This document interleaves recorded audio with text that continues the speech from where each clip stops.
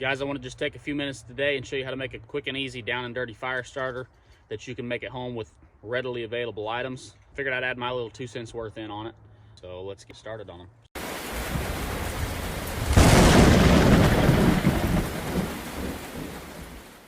You can buy a plethora of items that's out there that do the same thing, that may do it better. It's just kind of cool to know ways to do it on your own, and just makes you that much more self-reliant. So let's get right into it. We'll go into the kitchen, prepare these there. So the first thing we need to do is scarf this jerky chew down. We don't need none of it left in that container because it's going to become the storage unit for our fire starters here in a little bit. Nom, nom, nom, nom, nom, nom, nom, nom, nom. Let's cut up some beeswax and get it put in the microwave to melt. So generally this is done with paraffin wax. It's cheaper, it's readily available at Walmart under the brand Golf Wax. That's what I've used for this before. But I happen to have this block of beeswax. It's been sitting around for a really long time. I've never used for anything. It's cold right now. It's been out in my knife shop. But it's more expensive. You generally wouldn't want to use this. But there are some benefits to using it as well. Once we get these all made, the beeswax, obviously once it's saturated in the cotton, you wouldn't want to eat it with the cotton, but it's edible if you had to eat it. Not the main use, obviously. But you can use this beeswax, rub these fire starter pads on any of your wood tools, on any of your carbon steel tools to keep them from rusting. You can use it as a natural lip balm, all that kind of stuff. So yeah, it's a little more multi-purpose than the paraffin wax would be. But we're just going to melt a little bit of it up in this bowl in the microwave. Put that in there. Let's try, I don't know, let's try a minute. While that's cooking, let's talk about what we're going to do with this fire starter. So, of course, the beef jerky chew is only necessary for the container. If you have another container you want to use, that's fine. But these cotton pads fit very nicely up in there. And with them dry right now, I can fit about 10 of them in there. Once the thickness from the petroleum jelly and the beeswax is added to them, it'll probably be more like 6 or 7. But we'll see. I may be able to get them all in there. They compress a little bit now, so maybe they'll compress a little bit with the wax on them. Probably not though. All right, so what we want to do with each of these cotton balls each of these cotton pads is put some petroleum jelly on each side. Just kind of work it in. It's gonna be a little bit messy. It's okay. You'll survive. Now these will work just fine with the petroleum jelly, as I've proven in other videos, and there's honestly a gazillion videos on YouTube showing the effectiveness of just petroleum jelly and cotton balls or cotton pads. But adding the wax layer kind of makes them a little less messy to handle in the woods. You don't wind up wiping greasy fingers on any of your kit or your pants, whatever. And there's the benefit of, particularly with me using this beeswax, that it's got some multifunctionality, being able to be used as a wood and metal protectant and as a lip balm.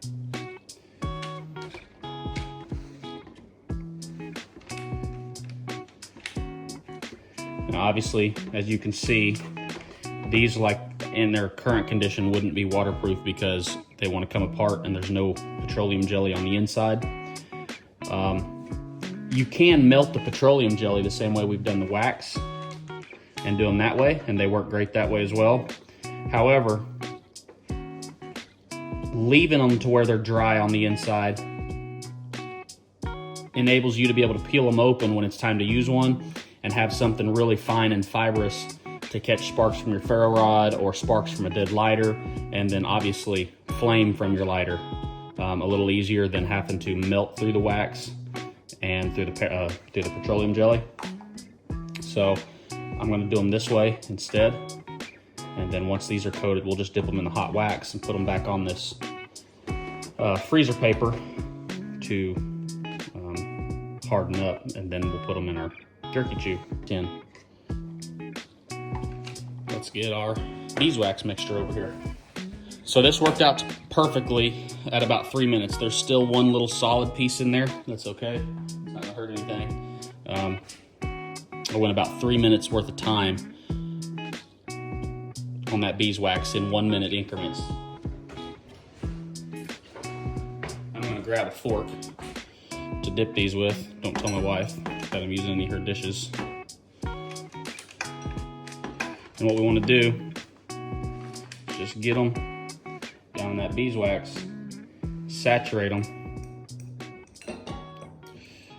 do a little flipperoo up in there, pull that out, put that back on our freezer paper here to solidify. Yeah, the wax is already setting up very fast. You want to clean your dishes while everything's hot too, particularly this bowl. Obviously this freezer paper is protecting the cookie sheet here, but do it fast or you'll have a mess on your hands. You'll have to heat everything back up.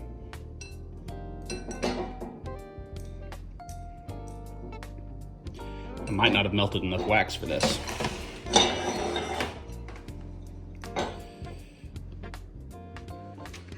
Two. Once you get them all saturated, put them in the refrigerator for a little bit to solidify.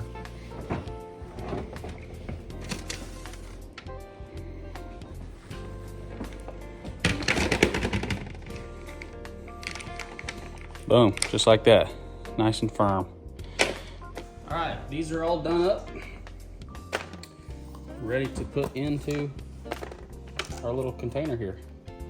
Well, they are a little snug. They've grown some volume, so we're not gonna get as many of them in there. Maybe 4. Got a few more. Let's go outside and burn some, put some times on. All right, so it's been raining here for like 2 days. It snowed most of yesterday, or a good part of yesterday, into the night, into this morning. Everything's melted off already now because it's warmed up to the high 30s, but everything's soaking wet because of that.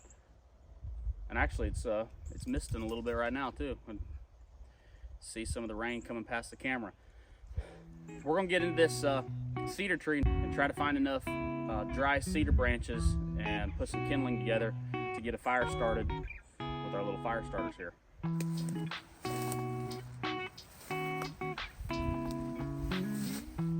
Cool thing about carrying a fire starter with you is that it replaces the search for and preparation of tinder, and you can go straight to this kindling. With a fire, as most of you know, and as all of you should know, there's tinder, kindling, and fuel. And your tinder is usually shredded cedar bark or shredded poplar, the inner bark of a poplar. It can be a number of different things. The fire starter enables you to skip that, the hunt for it, because this stuff's still relatively damp, and most likely your kindling is something that you will want to have found from the land or prepared ahead of time to bring out with you. The reason I say found ahead of time is because it's hard to dry out once it's wet. You can put it in your pockets, you can put it inside your shirt and let body heat do it, but it takes a while, and if you need fire now, well, you're kind of up a creek without a paddle, and it makes it really difficult. Using the fire starters gives you enough of a solid flame to get marginal kindling dried out enough that it'll dry out marginal fuel, get it dried out so that you can get, a decent sized fire going, enough that you can lay fuel straight on it, bigger stuff, wrist size, arm size stuff on it, and get your fire going without too much headache. So this is a pretty small kindling bundle. There really is not quite enough here for what I'd like, but we're going to give it a shot and see if we can make it happen. All the comments are without a doubt going to be, bros knows how to start a fire with everything except a lighter. Blah, blah.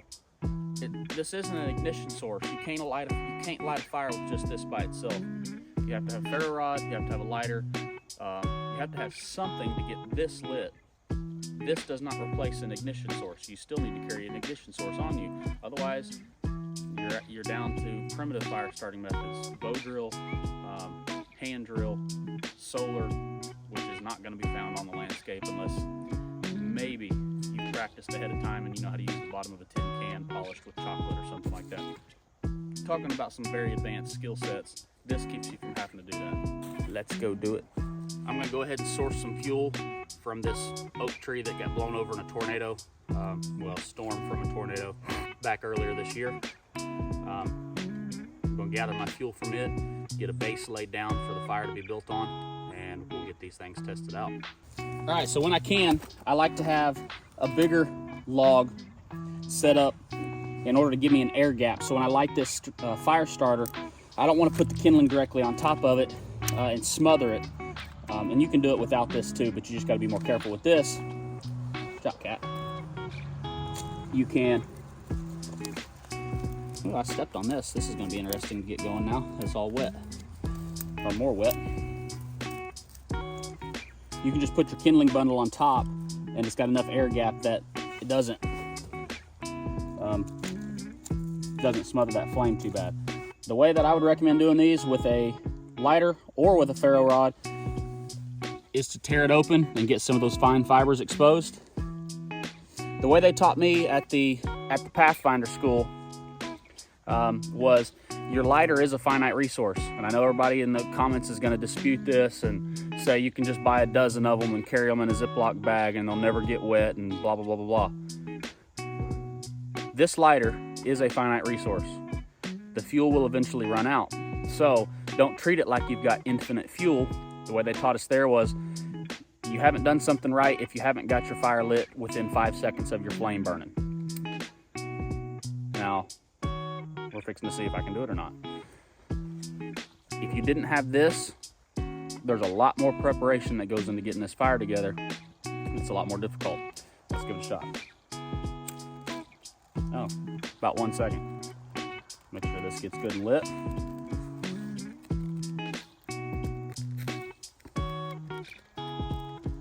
Preferably without putting it out.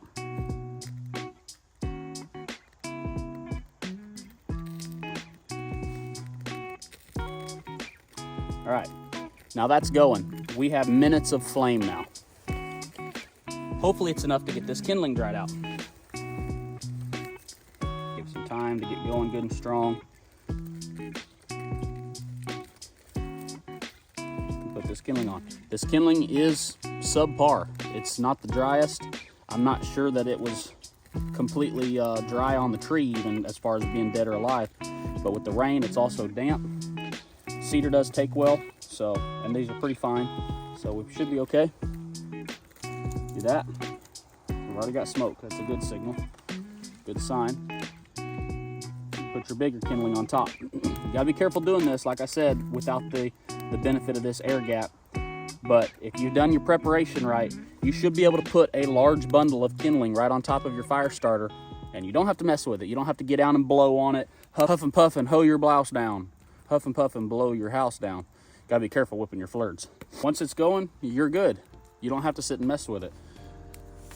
Then you can start working on bigger kindling, bigger fuel, thumb size, wrist size, and bigger. So just like before, we want to tear it open, expose some of those fibers. Grab a knife. This is not the way I prefer to strike a ferro rod, so don't judge me.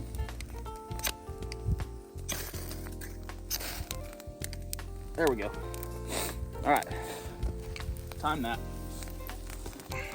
So we just hit the 7-minute mark on the little fire starter down there, and it's still glowing, but there's no flame left. So I'd say it's pretty safe to assume you can call it right at about 7 minutes worth of burn time.